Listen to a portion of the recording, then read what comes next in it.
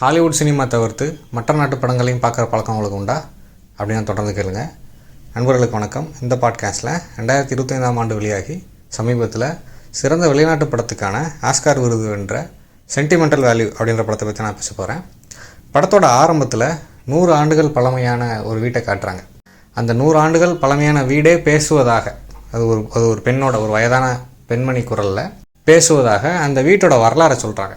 அதை எழுதுனது யாருன்னா, அந்த வீட்டில் தற்போது வாழக்கூடிய கடைசி தலைமுறையை சேர்ந்த 2 பெண்கள். இப்போ இளம் பெண்ணாக இருக்காங்க. அவங்க 6வது படிக்கும்போது அந்த வீடை ஒரு உயிராக கற்பனை பண்ணி எழுதின கட்டுரை தான் அது. அப்போ அந்த கட்டுரையில் அந்த வீட்டோட கதையை சொல்லிகிட்டே வரும்போது, அந்த வீடு எப்போ மகிழ்ச்சியாக இருந்தது, மக்கள் இருக்கும்போதா, அங்கே உள்ள மனிதர்கள் வாழ்ந்த போதா, இல்லை அதை விட்டுட்டு போன போதா, அந்த வீட்டில் சண்டை போட்டுட்டு எல்லா பூசல்களோட ஆட்கள் இருந்தப்பையா, இல்லை அது அவங்கெல்லாம் கிளம்பி போனதுக்கப்புறம் வீடு வெறுமையாக எப்போ அந்த வீடு மகிழ்ச்சியாக இருந்ததுன்னு கேள்வி வரும்போது, எல்லாரும் இருக்கும்போது தான், எத்தனை சண்டைகள் இருந்தாலும் மனிதர்கள் இருக்கும்போது தான் அந்த வீடு மகிழ்ச்சியாக இருந்தது அப்படின்ற மாதிரி சொல்கிறாங்க. அந்த வீடு கட்டி முடிக்கப்பட்ட பிறகு தான் அந்த வீட்டோட ஃபவுண்டேஷனில் ஒரு ஃப்ளா இருக்கிறத பார்க்குறாங்க. ஒரு விரிசல் இருக்குது. 100 ஆண்டுகளாக அந்த வீடு எப்போ விழுமோ அப்படின்ற எண்ணம் அந்த வீட்டில் வாழக்கூடிய ஒவ்வொரு தலைமுறைக்கும் இருக்குது. அந்த விரிசலோடையே தான் 100 ஆண்டுகளாக அந்த வீட்டில் வாழ்ந்துக்கிட்டு இருக்காங்க. இந்த வீடு இந்த படத்தோட ஒரு முக்கியமான கேரக்டர் அப்படின்னே சொல்லலாம். படம் முழுக்க இந்த வீட்டில் நடக்கக்கூடிய காட்சிகள் வருது. கிட்டத்தட்ட அது ஒரு உயிருள்ள நபர் போல் அந்த வீட்டை உருவகிச்சு தான் அந்த காட்சிகளை அமைச்சிருக்காங்க. படத்தோட மைய கதாபாத்திரத்தோட பேர் நோரா. அவங்களோட தங்கச்சி பேர் ஆக்னஸ். அவங்க அப்பா, இந்த இளம் பெண்களோட அப்பா பேர் குஸ்டாவ். அவர் ஒரு பிரபலமான இயக்குனராக இருந்தவர். கடந்த 15 ஆண்டுகளாக அவர் திரைப்படம் எடுக்கலை. ஆனாலும் அவர் ஒரு புகழ்பெற்ற இயக்குனர். இந்த கதை நார்வேல நடக்குது. நார்வே, ஸ்வீடன், ஃபின்லாண்ட், இந்த 3ஐயும் ஸ்காண்டினேவியன் கண்ட்ரிஸ்ன்னு சொல்கிறாங்க. மனிதவள மேம்பாட்டு குறியீடு மிக அதிகமாக இருக்கக்கூடிய நாடுகள் இவை. நோரா ஒரு மேடை நாடக நடிகையாக இருக்காங்க. அவங்களோட பகுதி வரும்போது அவங்க ஒரு மேடை நாடகத்துக்கான தயாரிப்பில் இருக்காங்க. எல்லாம் தயார். ஆனால் மேடையில் ஏறுறதுக்கு அவங்களுக்கு பயம். அப்போ அந்த மேடை அரங்கேற்ற குழுவினர் அவங்கள சமாதானம் பண்ணி நடிக்க சொல்லி அனுப்புகிறாங்க. ரொம்ப கஷ்டப்பட வேண்டியிருக்கு அவங்கள கொண்டு போய் மேடையில் நிறுத்துறதுக்கு. நோராவோட தங்கச்சி ஒரு வரலாற்று ஆய்வாளர்.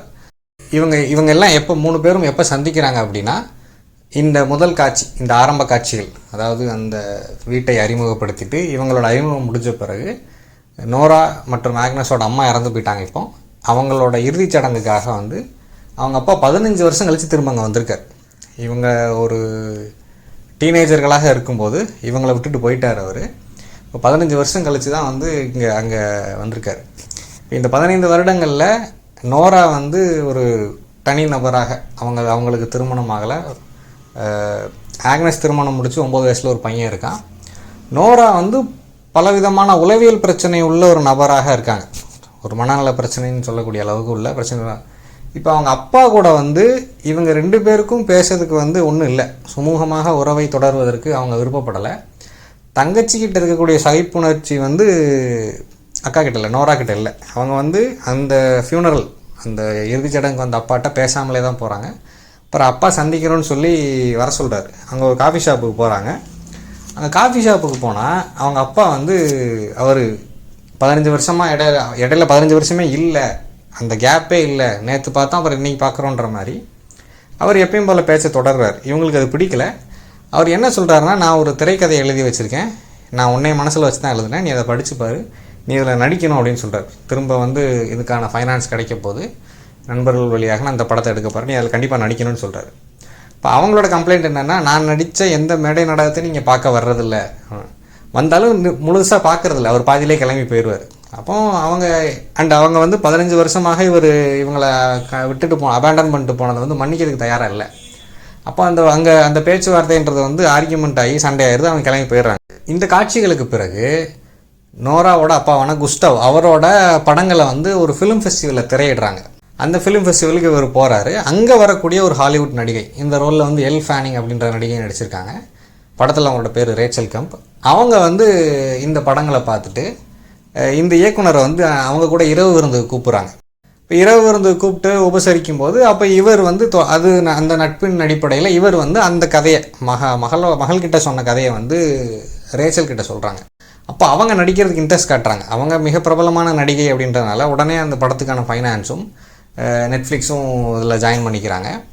இவர் நெட்ஃப்ளிக்ஸ் இதை வச்சு நிறைய காட்சிகள் இருக்குது. நெட்ஃப்ளிக்ஸ் வந்து தேட்டருக்கு வர மாட்டாங்க, நேரடியாக அவங்களோட இதெல்லாம் ரிலீஸ் பண்ணுவாங்க. இதை வச்செல்லாம் காட்சிகள் இருக்குது. அப்போ அவங்கள வச்சு இந்த வீட்டிலே ரிஹர்சல்லாம் நடக்குது. ப்ரீ ப்ரொடக்ஷன் ரிஹர்சல் எல்லாம் நடக்க ஆரம்பிச்சிட்டு, இப்போ ஹாலிவுட் நடிகை நடிக்கிறதுனால இந்த நார்வீஜியன் கதையை, இந்த நார்வே நாட்டு கதையை வந்து ஆங்கிலத்தில் எடுக்கலாம். மற்ற கதாபாத்திரங்கள் அந்த மொழியில் தான், நார்வீஜியன் மொழியில் தான் பேசுகிறாங்க. இந்த நடிகை வரும்போது படம் வந்து ஆங்கிலத்தில் இருக்குது. அப்போ ஆங்கிலத்தில் எடுக்கலான்னு சொல்லி மொழி மாற்றம் பண்ணப்பட்டு அவங்கக்கிட்ட கூப்பிட்டு ரிஹர்சல் தான் நடக்குது. இப்படி ரிஹர்சல் நடக்கும்போதே சிமல்டேனியஸாக நோராவோட வாழ்க்கையிலையும் ஆக்னஸோட வாழ்க்கையிலையும் நடக்கிற விஷயங்கள்லாம் காட்டுறாங்க. இதில் நோரா வந்து ஒரு மேடை நாடகத்தில் நடிக்கிற காட்சி வருது. இது முதல்ல பார்க்கும்போது வந்து அவங்க வந்து உண்மையான வாழ்க்கையில் உள்ள தான் பார்க்கலாம்னு நினைக்கிறோம். பட் வந்து அவங்க மேடை நாடகத்தில் நடிக்கக்கூடிய ஒரு காட்சி, வசனம் இல்லாத ஒரு காட்சி. அது ரொம்ப வந்து உணர்ச்சிகரமான காட்சி. அது இந்த காட்சி முடிஞ்சு கொஞ்ச நேரத்தில் வந்து இந்த ரிஹர்சல் காட்சி ஒன்று வருது. அப்போ இந்த ரிஹர்சல் காட்சியில் பேசப்படக்கூடிய வசனம் வந்து நம்ம அந்த காட்சிக்கு முன்னாடி பார்த்த வசனம் இல்லாத காட்சிக்கான ஒரு வசனமுள்ள காட்சி மாதிரி இருக்குது. நோராவுக்கு வந்து சக நடிகர் கூட வந்து தொடர்பு இருக்குது. நடிகர் ஏற்கனவே திருமணமானவர். இந்த எக்ஸ்ட்ராமேரிட்டல் அஃபையரையும் வந்து அவர் முறிச்சுக்கிறார். அவர் வந்து அதை தொடர்றதில்லை. இப்போ அதனால் அவங்க ரொம்ப தனிமையில் தான் இருக்காங்க, மன உளைச்சலில் இருக்காங்க. ஒரு எக்ஸிஸ்டென்ஷியல் கிரைசிஸ் அப்படின்னு சொல்லலாம்.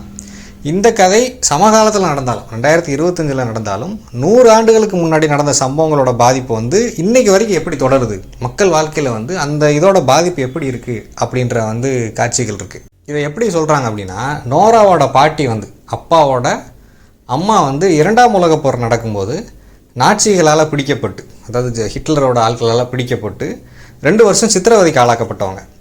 அவங்க விடுதலையாகி வந்து தான் திருமணம் செஞ்சு குழந்தை பெற்றுக்கிட்டு அங்கே இருக்காங்க.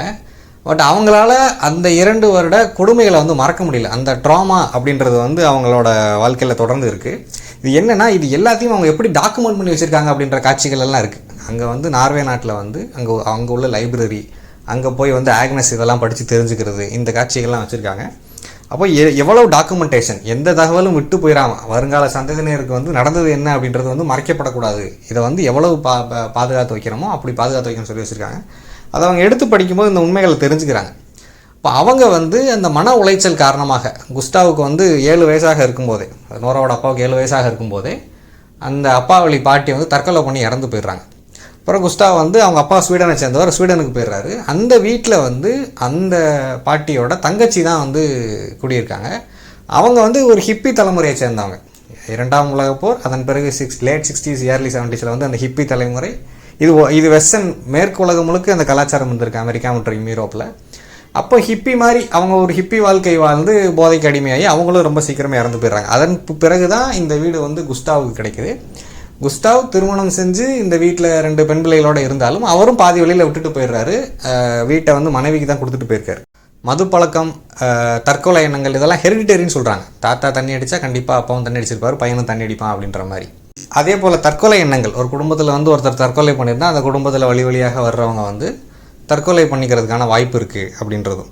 அப்போ இது வந்து ஹெரிடிட்டரியாகவும் நம்ம பார்க்கலாம். நோராவோட அப்பா வழி பாட்டி தற்கொலை பண்ணியிருக்காங்க. நோரா வந்து அதுக்கு அட்டெம்ப்ட் பண்ணி அதிலிருந்து தப்பிச்சவங்க. இதை வந்து ரொம்ப லேட்டாக தான் கதையில் சொல்கிறாங்க. நம்ம ஏன் அவங்க டிப்ரெஸ்டாகவே இருக்காங்க அப்படின்ற வந்து நமக்கு தெரியுது, ஆப்வியஸாக தெரியுது. இதை பற்றி இதுக்கான காரணங்கள் அவங்க வெளிப்படையாக சொல்கிறதில்ல, என்ன காரணத்துக்காக அவங்க முயற்சி பண்ணாங்கன்னு சொல்லிட்டு. ஆனால் அவங்க பாட்டியோட கதை வந்து நமக்கு சொல்லப்பட்ட பிறகு நோராவுக்கு இருக்கக்கூடிய அந்த எமோஷ்னல் பேக்கேஜ், அந்த ஹிஸ்ட்ரி ஆஃப் ட்ராமா, அது ஏன்னா அவங்க வாழ்க்கையில் அது நீடிக்குது. அவங்க வந்து அதை வந்து ஒருபோதும் அதில் தப்பிக்க முடியாது. அவங்களுக்கு வந்து அதை சொல்லப்பட்டுக்கிட்டே தான் இருக்கும், இந்த மாதிரி இவங்க வீட்டில் நடந்தது தானே அப்படின்ற மாதிரி. இப்போ நீங்கள் இந்த நாடுகள், இந்த நார்வே, ஸ்வீடன், ஃபின்லாண்டு, இவங்க வந்து இங்கே க்ரைம்ன்றதே கிடையாது. இங்கே நடக்கக்கூடிய சாதாரணமான குற்றங்கள் அப்படின்றது, க்ரைம் ரேட்டுன்றது ரொம்ப ரொம்ப கம்மி. கொலையோ கொள்ளையோ சவால்களே இல்லாத வாழ்க்கை. அவங்க வந்து எலக்ட்ரிசிட்டி கட் ஆயிடணும், இல்லை ரோடு எங்கே தோண்டி எங்கே மூடுவாங்கன்னோ, இந்த ஊருக்கு பஸ் வசதி இருக்கானோ, அவங்க இதை பற்றி அன்றாடமான பிரச்சனைகளை பற்றி அவங்களுக்கு கவலையே கிடையாது. மிக மிக பொருளாதார நிலைமையில் மிக மிக உயரத்தில் இருக்கக்கூடிய நாடுகள் அவை. அப்போ இங்கே ஒரு இந்தியா மாதிரி நாட்டில் உள்ள நம்மளை மாதிரி ஆளுகளுக்கு என்ன தோணுன்னா, இவங்களுக்குலாம் என்ன பிரச்சனை, நல்லா இருக்க வேண்டியதானே, எதனால் வந்து இந்த மாதிரிலாம் அப்படி தான் நமக்கு தோணும். ஆனால் அங்கே உள்ளது வந்து ஒரு எக்ஸிஸ்டென்ஷியல் கிரைசிஸ், வாழ்க்கையில் சவால்களே இல்லாமல் போனதுனால வந்த பிரச்சனை. அது பாப்புலேஷன் அப்படின்றது ரொம்ப கம்மி. இப்போ மனித உறவுகள், அர்த்தப்படக்கூடிய மனித உறவுகள் அப்படின்றது கம்மி. அவங்கவுங்க பிஸியாக இருக்காங்க. இந்த கேபிட்டலிஸ்ட் சொசைட்டின் போது அவங்கவுங்க வாழ்க்கை பாட்டை பார்க்குறதுக்காக ஓடிட்டே இருக்காங்க. மனித உறவுகளில் உள்ள அந்த பிணைப்பு அப்படின்றது குறைஞ்சிருச்சு.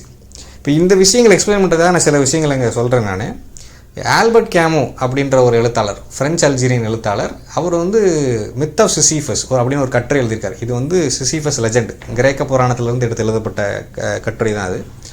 அதில் என்ன சொல்கிறாரு அப்படின்னா வந்து இந்த சிசிஃபஸ் அப்படின்ற கதாபாத்திரத்துக்கு வந்து ஒரு கொடுக்கப்பட்ட தண்டனை என்ன, கடவுள்கள் சேர்ந்து ஒரு தண்டனை கொடுத்துட்றாங்க. என்ன அப்படின்னா, ஒவ்வொரு நாள் காலையிலையும் வந்து ஒரு பெரிய பாறாங்கல்ல உருட்டி மலை உச்சிக்கு கொண்டு போகணும். அங்கே போன உடனே ஒரு கழுகு வந்து அவனை அடித்து அவனோட ஈரலை சாப்பிடும். பாறாங்கல் உருண்டு வந்துடும். நைட்டை அங்கே மலை உச்சியில் கிடப்பான்.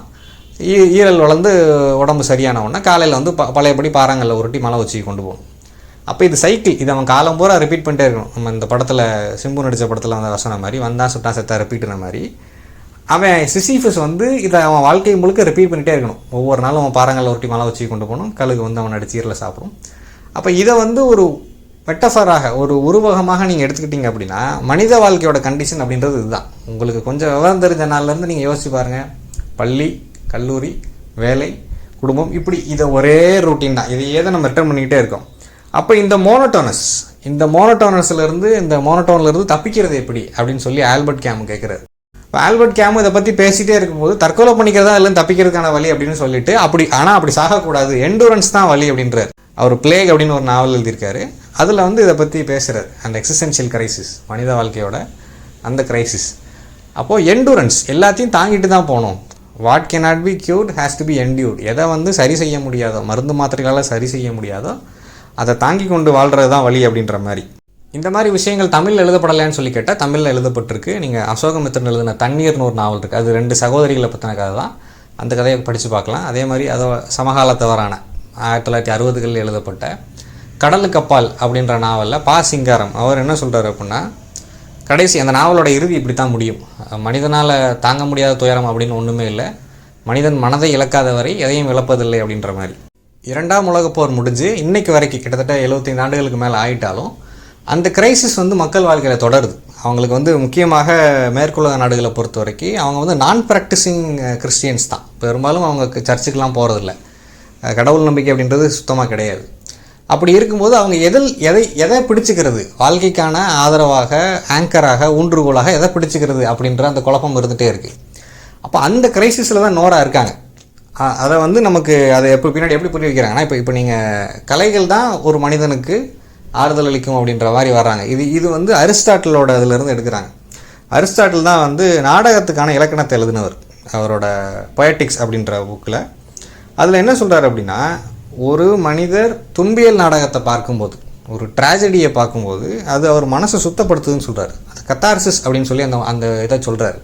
இப்போ நீங்கள் உங்களுக்கு தமிழ் உதாரணங்கள் வந்து இப்போ நீங்கள் சேதுவோ, பிதாமகனோ, பருத்தி வீரனோ இந்த மாதிரி படங்கள் தேட்டரில் வெளியானப்போ வந்து பார்த்த மக்கள் வந்து கதறி அழுதுருக்காங்க. 7 ரெயின்போ காலனி, அசுரனில் வந்து அந்த குறிப்பிட்ட காட்சி. அப்போ இந்த படத்தை பார்க்கும்போது அழுகிறவங்க வெளியில் வந்தோன்னா நார்மல் ஆயிடுவாங்க. இப்போ இதே போல் எத்தனையோ துயர சம்பவங்கள் வந்து அவங்க பத்திரிகைகளில் படிக்கிறாங்க. இதுக்கு யாரும் அழுகிறதில்லை, டிவிகளில் பார்க்குறாங்க, அதுக்கு யாரும் அழுகிறதில்லை. ஆனால் ஒரு திரைப்படமாக, ஒரு கதையாக நீங்கள் ஒரு கதாபாத்திரத்தை கொஞ்சம் நேரம் ஃபாலோ பண்ணும்போது அந்த கதாபாத்திரத்தோட துயரத்தை நீங்களும் வாழ்ந்து பார்க்குறீங்க. அந்த கதாபாத்திரத்தோடு சேர்ந்து அழுகிறீங்க, இல்லை அந்த கதாபாத்திரத்தோட மறைவுக்காக வருந்துறீங்க. அப்புறம் வெளியில் வந்தோடனே அதை விட்டு சரியாயிடுறீங்க. அப்போ இதை தான் அவர் கத்தார்சிஸ் அப்படின்னு சொல்லி அரிஸ்டாட்டில் சொல்லியிருக்காரு.